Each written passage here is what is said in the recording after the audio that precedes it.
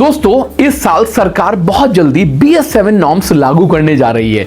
अब BS7 के norms क्या हैं, आगे वीडियो में आपको मैं पूरी डिटेल्स में बताता हूं। जी हां दोस्तों, जैसे एथनॉल की तरह अब यूरो 7 को इंडिया में BS7 के नाम से कॉपी पेस्ट कर दिया गया है, पर इसमें अच्छा कम और बुरा ज्यादा पेस्ट हुआ है। आपकी जानकारी के लिए बता दूं कि जब इंडिया में एथनॉल नॉर्म्स कॉपी पेस्ट हुआ था तो उन्होंने ये नहीं देखा कि यूरोपियन कंट्री में E20 के साथ E10 और E0 का भी ऑप्शन दिया गया था, यानी कि दिया गया है, यानी हमारे पास कोई ऑप्शन ही नहीं है, हमारे पर तो सिर्फ E20 थोप दिया गया है। ऐसे सेम तरीका इस्तेमाल करके यूरो 7 की कॉपी पेस्ट करके BS7 के नॉर्म्स कार मैन्युफैक्चरर्स को थोप दिए गए हैं। यूरोपियन कंट्री में अगर कोई कार मैन्युफैक्चरर्स कम पॉल्यूशन वाली कार बनाता है तो उसको अलग से सब्सिडी मिलती है, और अगर आप कम पॉल्यूशन वाली कार लेते हैं तो आपको अलग से भी सब्सिडी मिलती है।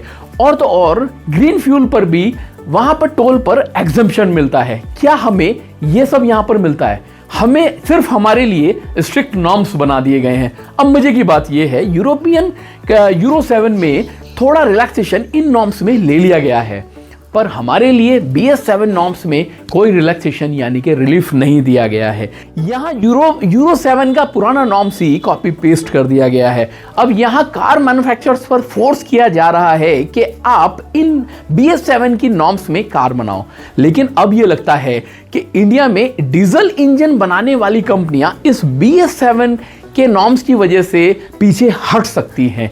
जी हां दोस्तों, आइए अब जानते हैं कि यूरोपियन कंट्री की यूरो 7 कॉपी पेस्ट BS7 यानी कि इंडिया में जो BS7 है उसके नॉर्म्स क्या आए हैं। पहला नॉर्म्स, कार का पोल्यूशन लेवल पेट्रोल और डीजल इंजन में सेम रखा गया है, यानी कि 60 मिलीग्राम पर किलोमीटर। जी हां दोस्तों, यानी कि इंडिया में चलने वाली कार की मैन्युफैक्चरर्स कंपनियों को कहा गया है कि आपको अपनी गाड़ी में डीजल और पेट्रोल इंजन में 60 मिलीग्राम पर किलोमीटर का ही आपको पोल्यूशन लेवल मैक्स रखना है।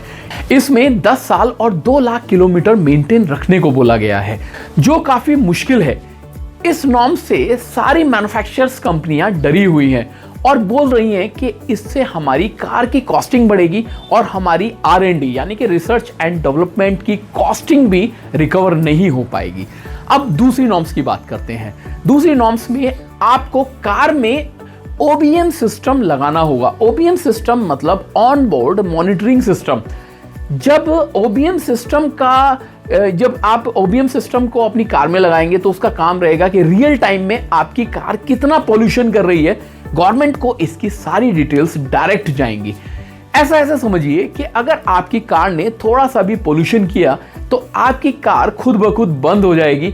फिर आप उसको टो कराकर किसी मैकेनिक या सर्विस सेंटर पर ठीक कराएंगे। ठीक कराने के बाद फिर उसके बाद आप अपनी गाड़ी को रोड पर चला सकते हैं। अब बात करते हैं तीसरे नॉर्म्स की। तीसरा नॉर्म्स, इसमें मैन्युफैक्चरर्स को कोल्ड स्टार्ट इमिशन देने पड़ेंगे, यानी कि जब से आपकी गाड़ी स्टार्ट होगी तब से आपकी गाड़ी नियम के मुताबिक ही पोल्यूशन करेगी। इससे गाड़ी में कैटालिटिक कन्वर्टर की कॉस्टिंग बढ़ेगी, तो ये कॉस्ट सीधी कस्टमर पर ज्यादा पड़ेगी, जो बायर है उसको ज्यादा पड़ेगी।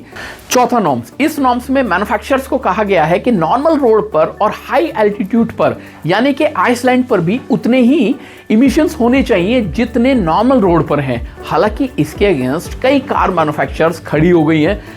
अब तो ऐसा लगता है कि जैसे हमारी महिंद्रा जैसी कंपनियां भी डीजल इंजन में पीछे हट सकती हैं, क्योंकि ये कंपनियां इन नॉर्म्स को फॉलो नहीं कर पाएंगी।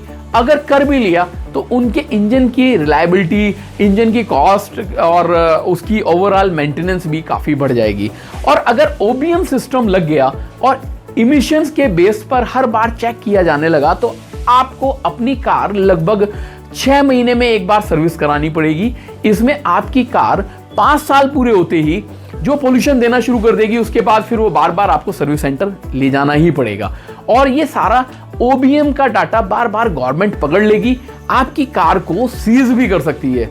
ये ध्यान रखिएगा, आपकी कार को सीज भी कर सकती है। आज कोई कार आप 20 लाख रुपए की ले रहे हैं, कोई सी भी कार हो, तो वो फिर 24 लाख रुपए तक की महंगी हो जाएगी अगर ये BS7 वाला एक्स्ट्रा सामान गाड़ी में लग जाता है, यानी कि सीधा सीधा BS7 से कार मैन्युफैक्चरर्स और कार बायर्स को सीधा सीधा एक्स्ट्रा कॉस्ट का नुकसान होगा। हाँ, इसमें एक फायदा तो जरूर है कि इसमें एनवायरनमेंट को सीधा सीधा इसको फायदा होगा। दोस्तों, इस नॉर्म्स को धीरे धीरे भी डाला जा सकता है, इससे तुरंत सबका पैसा ज्यादा खर्च करने का नुकसान भी नहीं होगा और सब सही तरीके से आगे बढ़ सकेंगे। वैसे BS7 2026 में बहुत जल्दी फोर्सफुली लागू किया जाना है, जिससे शायद डीजल इंजन बंद हो सकते हैं। वैसे हम सब दुआ करते हैं कि जल्द ही BS7 नॉर्म्स में यूरो 7 की तरह इंडियन गवर्नमेंट भी कुछ रिलीफ दे सके। दोस्तों, वीडियो अच्छी लगी हो तो लाइक, सब्सक्राइब और शेयर जरूर कीजिएगा।